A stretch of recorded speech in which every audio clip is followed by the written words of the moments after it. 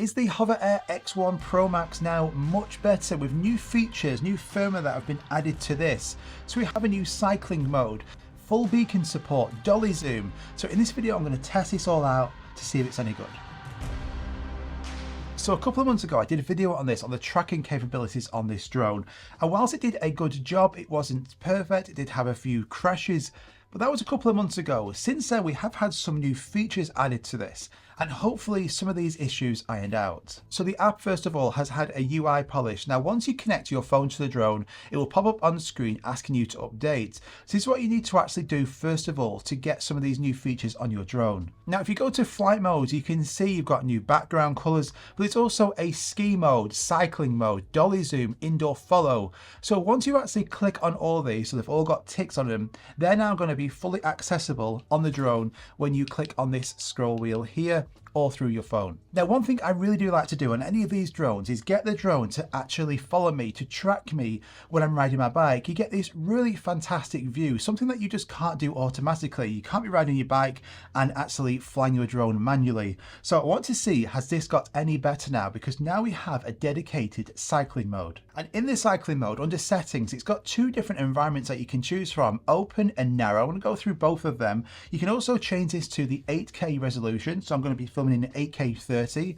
And also now we have full support with the beacon. Now when I first got this, I wasn't able to use it, just wasn't working properly. But now this has had a firmware update as well, which I will come on to. I'm going to see how that works in conjunction with this whole new cycling mode. So once the drone is turned on, you can actually navigate on the button here to cycling mode. So you press the button, the drone will then automatically take off from your palm and it will begin to follow you from behind. So open is going to be good for those open areas, so without much obstruction, and the drone's going to fly further back so you can get more of that landscaping and you're not going to see as much jerky or movement from that drone. It's going to try and follow this straight line, and you can see it flies at a constant speed, and I think it actually does really well. It's certainly a lot smoother than using the follow mode, and even when I start and stop again here, you can see it flows well. There's no like abrupt stopping or abrupt starting. It's done a great job at keeping up with me and also keeping me centered as well. Now if you enjoyed any part of this video, do me a favor, just hit that like button and subscribe, because there's a lot of new features and new releases coming out really soon. And if you enjoyed this video, just watch it to the end. For some reason that's all YouTube care about now, so please continue watching. Now I'm going to come back to the cycling mode in a second, but it also has a new feature called dolly zoom. So what is this? Well, this is like a vertigo effect. You're going to see this on a lot of films, but basically that drone's going to be moving towards you or away from you while simultaneously zooming in or out. And then you're going to get this really cool effect all done automatically like this.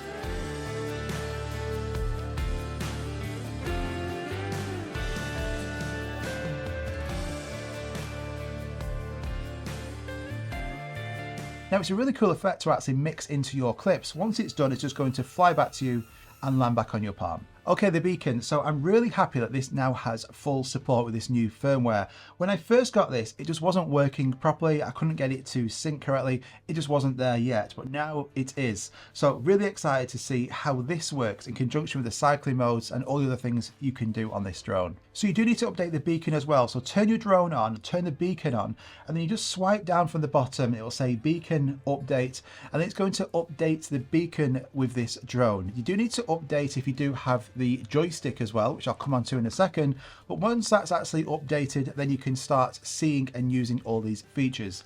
Now the good thing about this is one of my main complaints with this drone, especially when it was tracking me, is that I didn't have a live preview on my phone. I couldn't see what the drone was actually doing or where it was when it was tracking me, especially on a bike.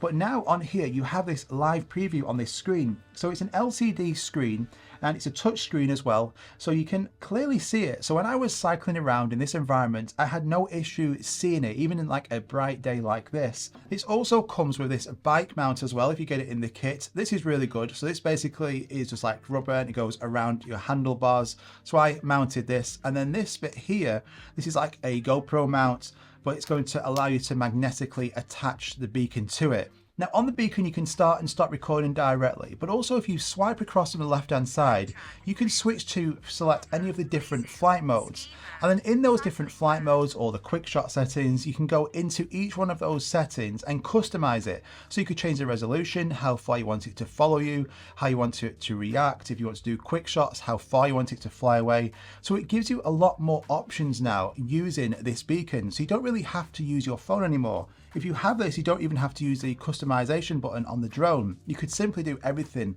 from this beacon. So to test the second cycling mode out, I'm in this location here. There's loads of trees, twigs, these paths. Not the best environment for flying one of like the drones which haven't got integrated propellers. So I'm going to test out the narrow mode now and see how it does. So near tracking is going to be good for when you're going off-road, walking, running on a bike like this. Now a drone with exposed propellers, it would literally last seconds in this location. So let's see how it does. Now you can see because I've selected near, the drone is now keeping itself closer to me, but it still keeps me centered and correctly in that frame. Now the drone's also going to be a lot more responsive in the near setting, but the beauty of having integrated propellers on this drone is that if it does collide with any twigs, it's just going to go straight through them. So it has no issues in this area. I was honestly much more impressed with this new cycling mode than I thought.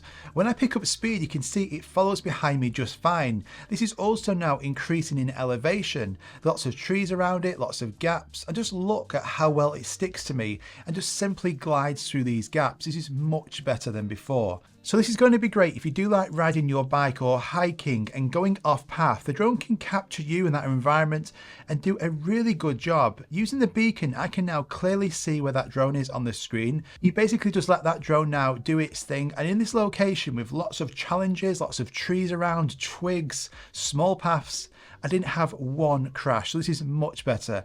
Really impressed with this new cycling mode.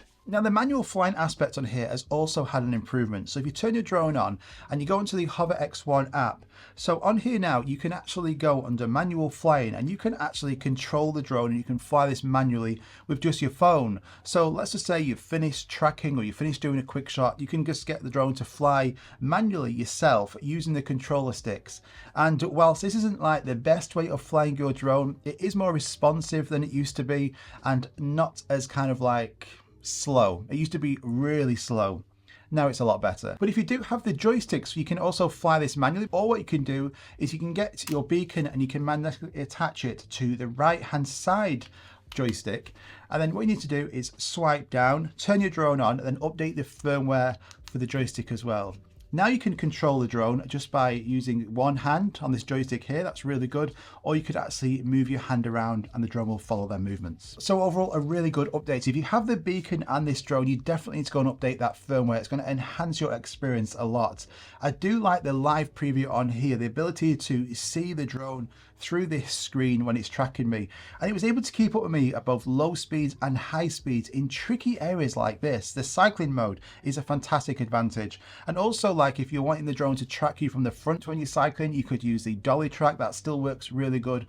Overall, it's had a really good polish and refinement, and it's good to see that Hover have listened to the critiques about this drone and they're continuing to like pump more and more features into it. So if you have this drone, definitely go and update. Now, if I wanted a drone to actually track me, especially on a bike like this, I would choose this over like the DJI Flip or the Neo. You get an 8K quality, but also I just love this ability that it just folds in. This is a great advantage. Be able to just put this in your pocket. The batteries are also tiny. I mean, it doesn't take up a lot of room at all. And then you've got this ability that you could just fold this out and get the drone to track you now, this new cycling mode. So for tracking, this is great. And the propellers, whilst they're integrated, the frame of it flexes a lot. So if it does have an impact, it's not going to like just snap away. It is good. And I've crashed this quite a few times, as you've seen, and it still survives and just keeps on going. So for a tracking drone, this is great. I would say this is better for bike tracking, especially in tricky areas, than the Neo and the Flip. So I hope you enjoyed this video. If you've got any questions on this drone, let me know in the comments down below. Do me a favor and hit that like button. Thanks so much for watching. Subscribe, and I'll see you in the next one. Bye-bye.